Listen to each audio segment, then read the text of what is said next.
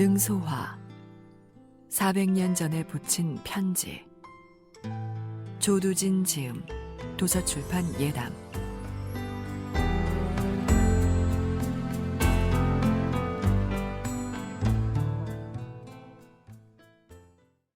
전통과 처가의 사정을 이유로 들었지만 요신이 아들 내외를 처가에서 살게 한 것은 한 가닥 기대 때문이었다. 요신은 여전히 불안했다. 게다가 눈에 띄게 미색이 뛰어난 며느리는 보면 볼수록 불행한 예감을 주었다. 그는 사주만큼 중요한 것이 이름과 거처라는 하운스님의 말을 기억해냈다. 어차피 혼례를 물릴 수는 없었다. 그렇다면 아들이 사는 집이라도 옮겨 액을 막아보자고 생각했다. 아들 응태가 안동의 귀례정에서 살지 않고 멀리 떨어져 산다면 하운스님이 말씀하신 처방 중에 하나쯤은 따르는 것이라고 기대했다. 사람에게 닥친 불행이니 사람이 그 불행을 걷어낼 방도 역시 있을 것이다. 요신은 언제나 염두에 두었던 당부를 덧붙였다. 처가에 가거든 담벽을 돌아가며 자라는 붉은 소화를 모조리 뽑아버려라. 집에 덩굴나무가 치렁치렁하니 벌레가 들고 습기가 차는 법이다. 여름 한철 즐겁자고 집안을 사철 눅눅하게 만들 필요가 있겠느냐?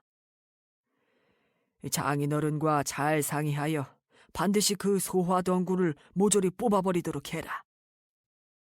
2번 다시 내가 소화나무에 대해 이야기하는 일이 없도록 해라. 네가 태어나고 우리 집 안팎으로 무성하던 소화나무를 내 손으로 모조리 뽑아버렸느니라. 내게는 그 요망한 소화꽃이 어울리지 않는다. 명심해라. 이튿날 처가로 떠나는 응태를 배웅하며 요신은 다시 한번 소화나무를 모조리 뽑아버리라고 단단히 못을 박았다. 응태는 영문을 몰랐지만 아버지의 단호하고 엄격한 말씀에 그저 고개를 조아렸다. 처가에 도착한 응태는 장인어른과 의논한 끝에 소화나무를 뽑아내기 시작했다. 오래된 나무를 베거나 뽑아내자니 서운하지 않는 것은 아니었으나 사돈어른이 특별히 따로 당부했다는 말에 홍생원은 어쩌지 못했다. 소화나무가 뿌리째 뽑혀나가는 동안 연희는 찌푸린 얼굴로 남편의 등을 바라보았다. 소화는 제가 태어나기 전부터 있었고 또 제가 특히 가까이 하는 꽃입니다. 별다른 이유가 있는 것은 아니지만 어쩐지 정이 갑니다. 앞담의 소화를 다 뽑았으니 뒷담의 소화는 그냥 두시는 것이 어떤지요. 연희는 구슬땀을 흘리는 남편에게 물사발을 내밀며 간청했다. 시아버님이 소화꽃을 싫어하시는 것은 충분히 알겠다. 그러나 앞담의 소화꽃을 다 뽑았으니 이제 된 것이 아니냐. 설령 시아버지가 행차를 하신다고 해도 일부러 뒷담을 돌아보지 않으신다면 소화꽃을 보시는 일은 없을 것이라며 거듭 부탁했다. 응태는 아내의 간곡한 요청을 거절할 수 없었고 그렇다고 아버지의 당부를 거역할 수도 없었다. 하지만 아버지가 일부러 당부하실 때에는 그만한 연유가 있을 터인데. 그렇습니다. 시아버님이 당부하실 때에는 틀림없이 곡절이 있을 것입니다. 그렇더라도 모두 뽑아버리는 것은 너무 서운한 일이옵니다. 저는 8살 이후로 단 한 번도 집 밖으로 나가지 못했습니다. 집안에만 갇혀 지내는 제게 소화는 유일한 벗입니다. 소화꽃이 어째서 담 밖으로 고개를 내밀고 밖을 내다보는 줄 아시는지요? 담 안에 갇힌 여인이 님이 오시기를 기다리며 담 너머를 내다보는 것이라고 합니다. 그렇지만 저는 집 밖으로 나가지 못했으나 서방님은 저를 찾아오셨지요. 서방님과 제가 처음 만난 날을 기억해 보세요. 저 대신 소화에 붉고 큰 꽃이 담 너머로 고개를 내밀고 서방님을 제게로 오시게 하지 않았는지요. 소화꽃은 우리 두 사람을 만나게 해준 꽃입니다. 응태는 연희의 간곡한 부탁에 소화나무 한 그루를 베지 않고 남겼다. 종일 집안에만 갇혀 살아온 아내 대신 고사틀 내다본 꽃. 어여쁜 아내와 자신을 처음 만나게 해준 꽃이었다. 아내의 말을 듣고 보니 소화꽃의 애틋한 정이 더해졌다.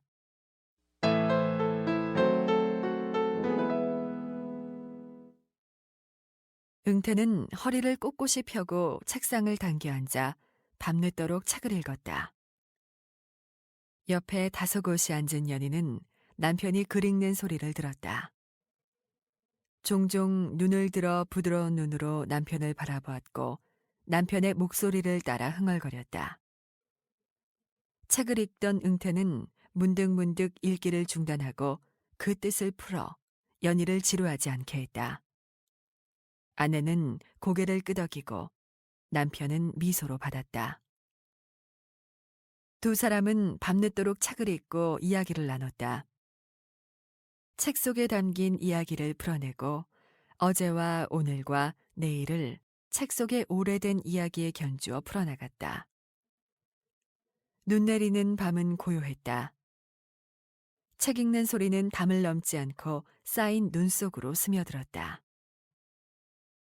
눈이 하얗게 쌓인 뜰 안에는 발자국 하나 없었고 아무도 두 사람의 사랑을 눈치채지 못했다. 응태는 겨울바람 속에서 아내의 흰 얼굴을 보는 것을 좋아했다. 찬바람 속에서 나란히 걷다 보면 아내의 창백하리만큼 하얀 얼굴은 푸르스름함과 붉으스름함이 더해져 더욱 아름다웠다. 응태는 공연히 연희를 불러 마당을 함께 거닐거나 별 뾰족할 것도 없는 시상을 읊조리기도 했다. 앞뒤 대꾸도 맞지 않는 시문을 끝없이 읊조린 것은 오직 아내의 얼굴이 찬바람에 시리는 순간을 기다리기 위해서였다.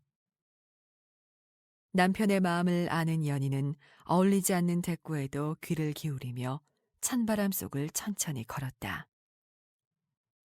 연희가 빨래를 걷어들이면 응태는 다듬이돌을 가운데 두고 마주 앉았다. 다듬이돌 앞에 처와 마주 앉은 모습은 점잖은 선비에게 어울리지 않는 풍경이었다. 연희가 잠옷 꺼리는 손짓을 했지만 응태는 개의치 않았다. 이미 어둠이 천지를 덮고 있지 않소. 연희가 짐짓거리는 얼굴을 보일 때마다 응태는 어둠이 두 사람을 가려주고 있다고 둘러댔다. 다듬이질 소리에 대청으로 나온 연희의 어머니는 마주 앉은 딸 부부를 보고 소리 없이 돌아서기 일쑤였다. 늙은 얼굴에 가슴 깊은 곳에서 솟아난 미소가 그득했다. 탁탁탁 탁탁탁. 해지고 저녁 설거지를 끝낸 집집마다 안악들이 두드리는 다듬이질 소리가 났다. 종일 밭일에 지친 동네 안악들의 다듬이질 소리에는 한숨과 타박이 묻어났다. 그러나 응태와 연희의 방망이질 소리에는 곡조가 있었다.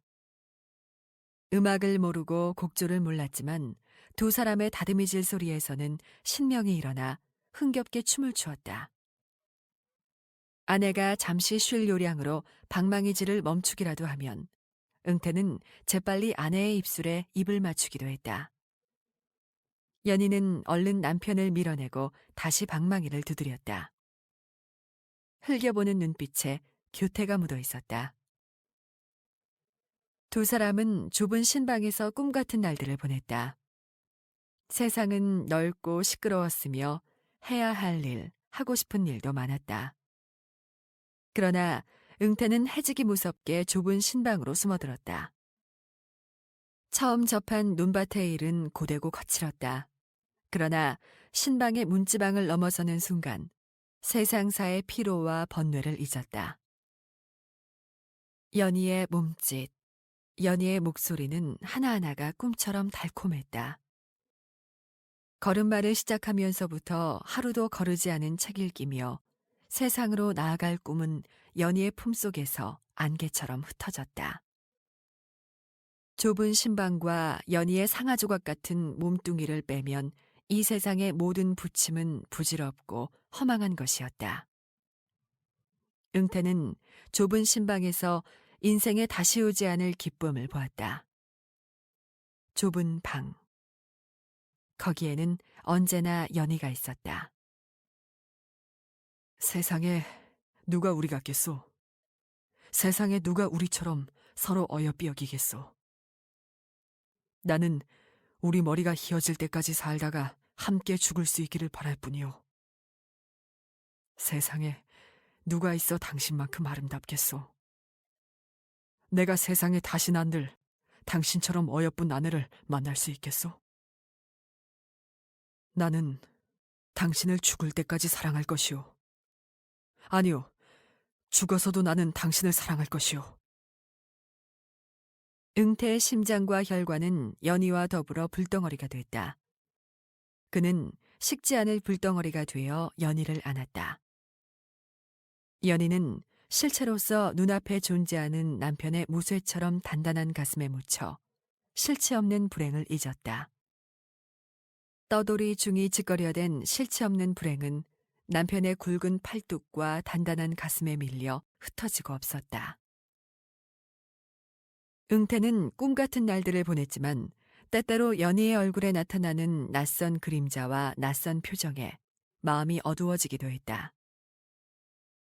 입을 꾹 다물거나 표정 없는 얼굴로 먼 데를 바라보는 연희는 살을 맞대고 사는 여자가 아니라 단 한 번도 대면한 적이 없는 차갑고 낯선 사람 같았다.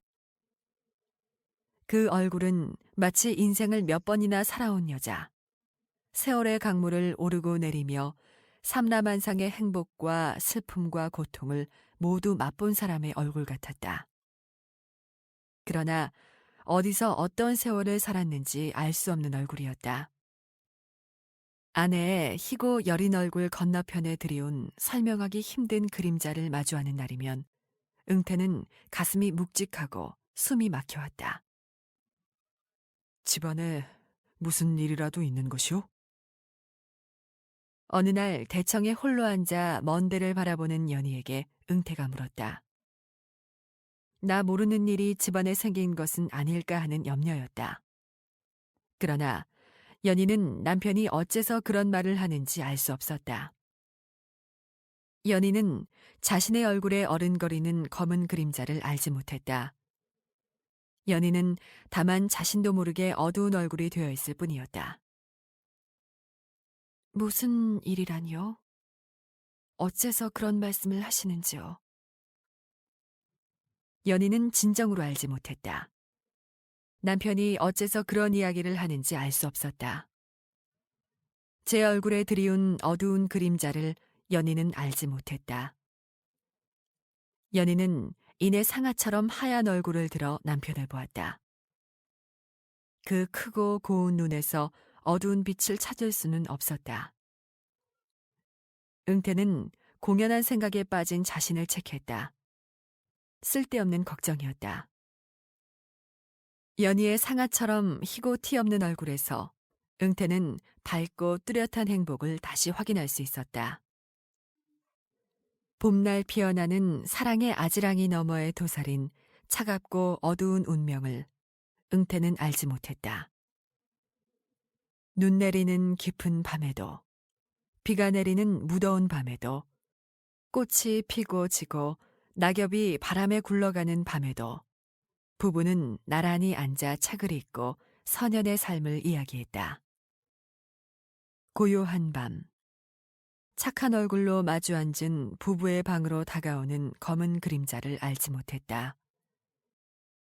검은 그림자는 비가 내리고 눈이 내리는 날에도, 바람이 불고 낙엽이 지는 날에도, 햇볕이 뜨거워 숨이 막힐 듯한 날에도 걸음을 멈추지 않았다. 검은 그림자는 쉬지 않았고 지치지도 않았다. 자박자박 다가오는 검은 그림자의 발소리를 부부는 듣지 못했다. 검은 그림자는 육중한 무게로 땅을 짓누르며 다가왔지만 눈 쌓인 뜰 안에 발자국도 남지 않았다.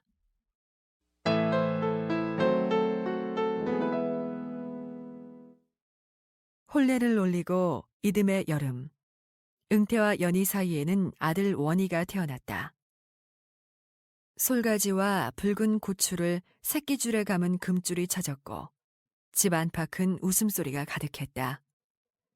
연희의 아버지와 어머니는 엎드려 하늘에 감사의 절을 했고 덩실덩실 춤을 췄다.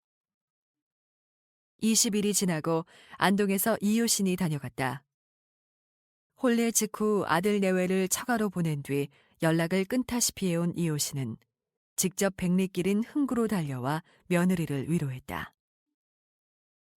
산모와 아이에게 먹이도록 내륙지방에서 구경하기 힘든 바다 생선을 넉넉하게 챙겨왔다.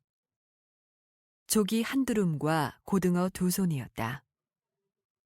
이효신은 집 안팎을 두루 살펴보았다. 흐드러지게 피어있던 소화꽃은 어디에도 없었다.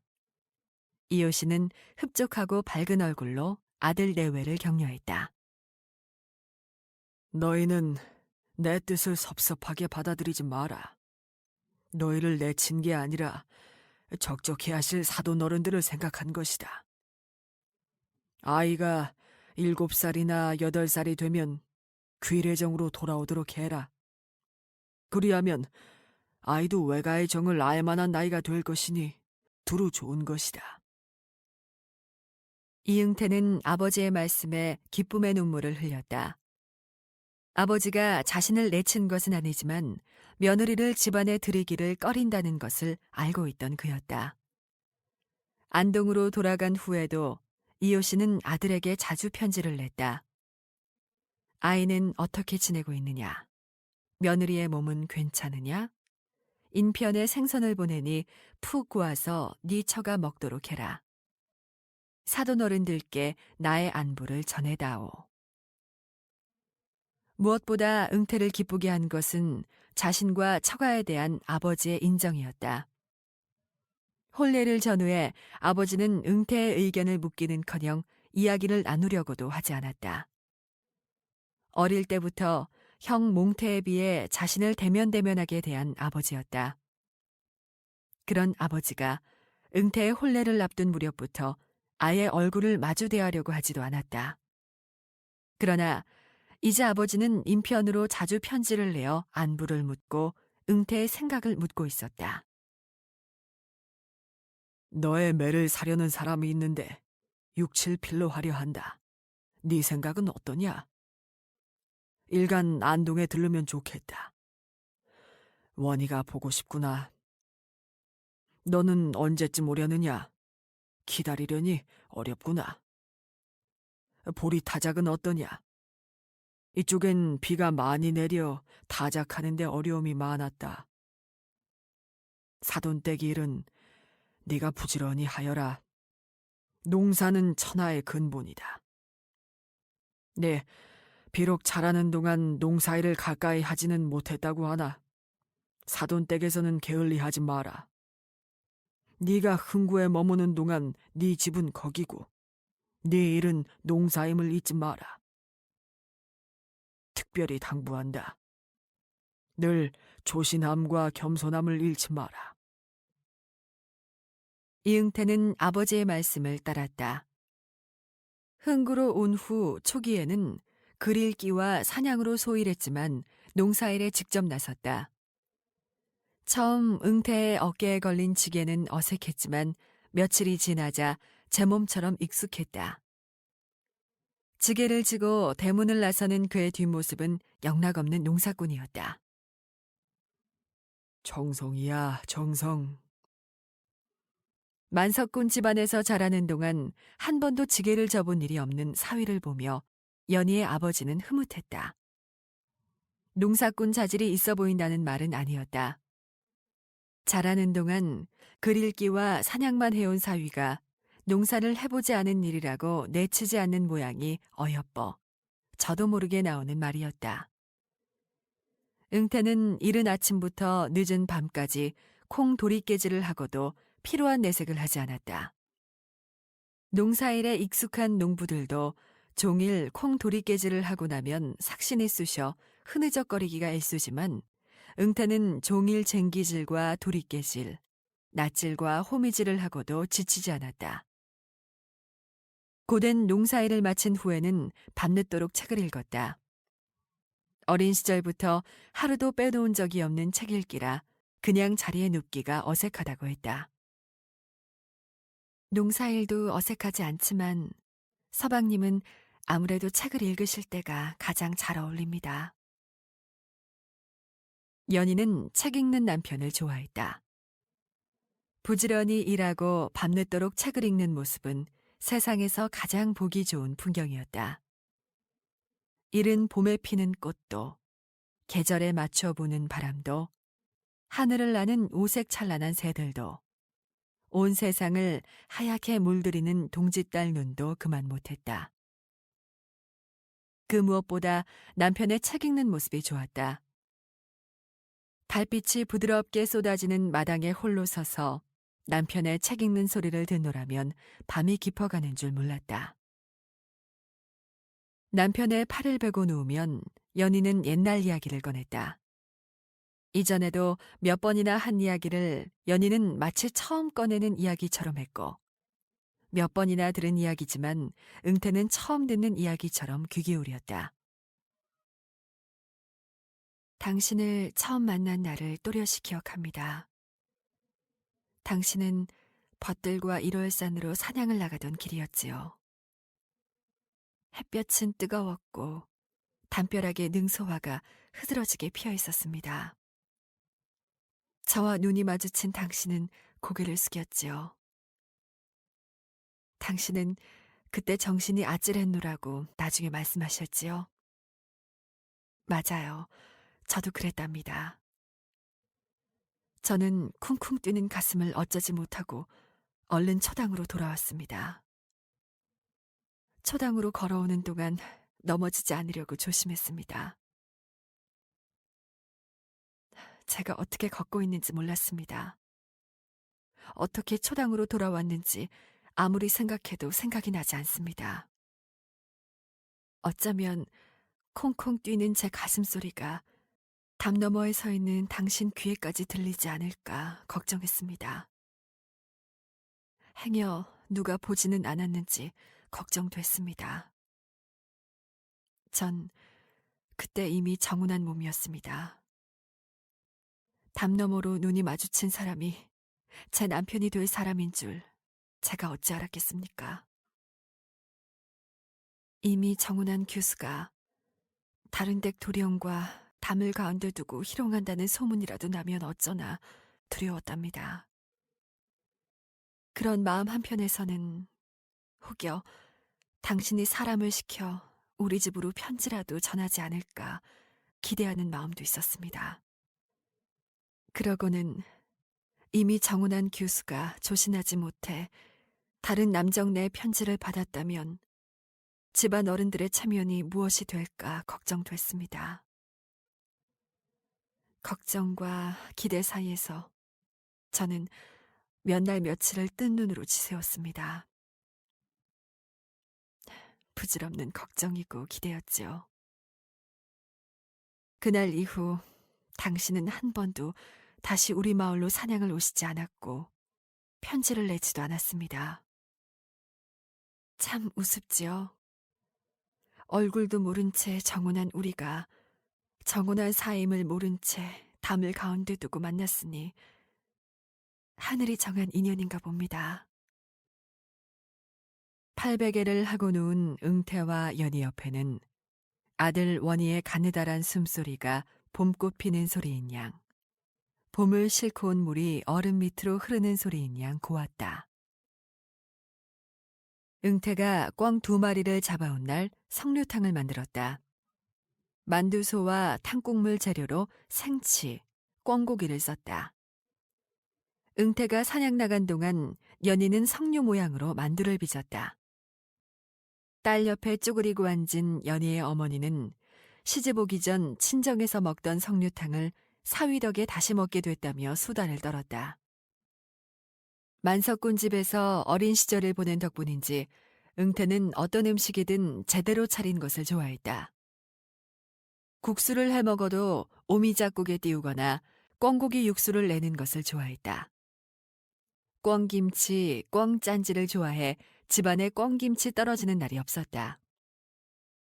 그는 금세 무르고 썩어버리는 복숭아를 겨울에도 먹을 수 있는 방도를 비법이라며 아내에게 알려주기도 했다.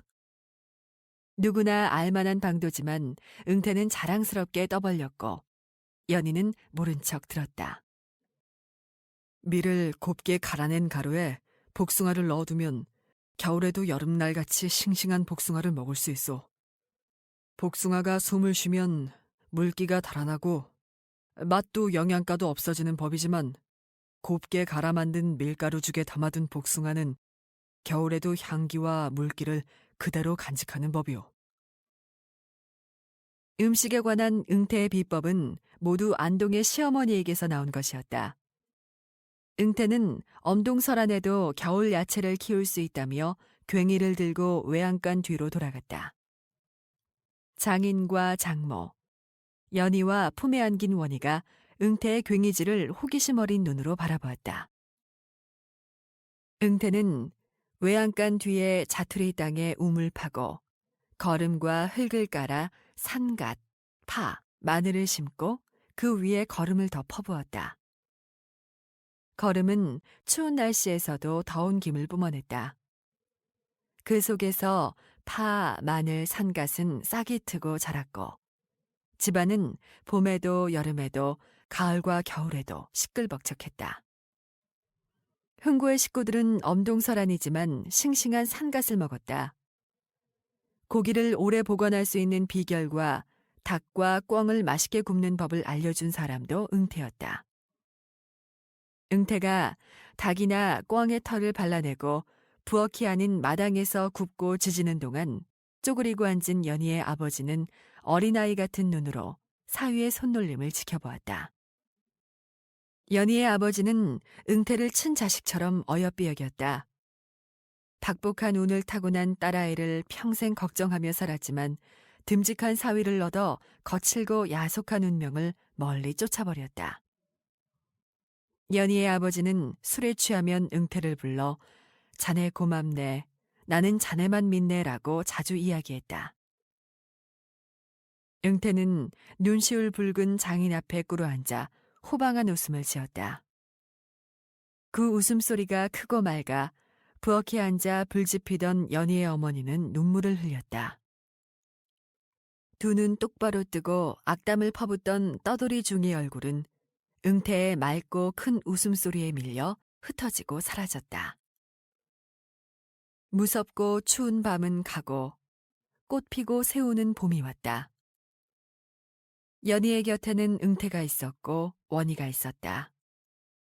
연희의 어머니는 제 아비의 손을 잡고 마당을 뛰어다니며 웃는 원희를 보며 눈물을 훔쳤다. 거기에는 언제나 웃음을 머금고 사는 키 크고 듬직한 사위가 서 있었다.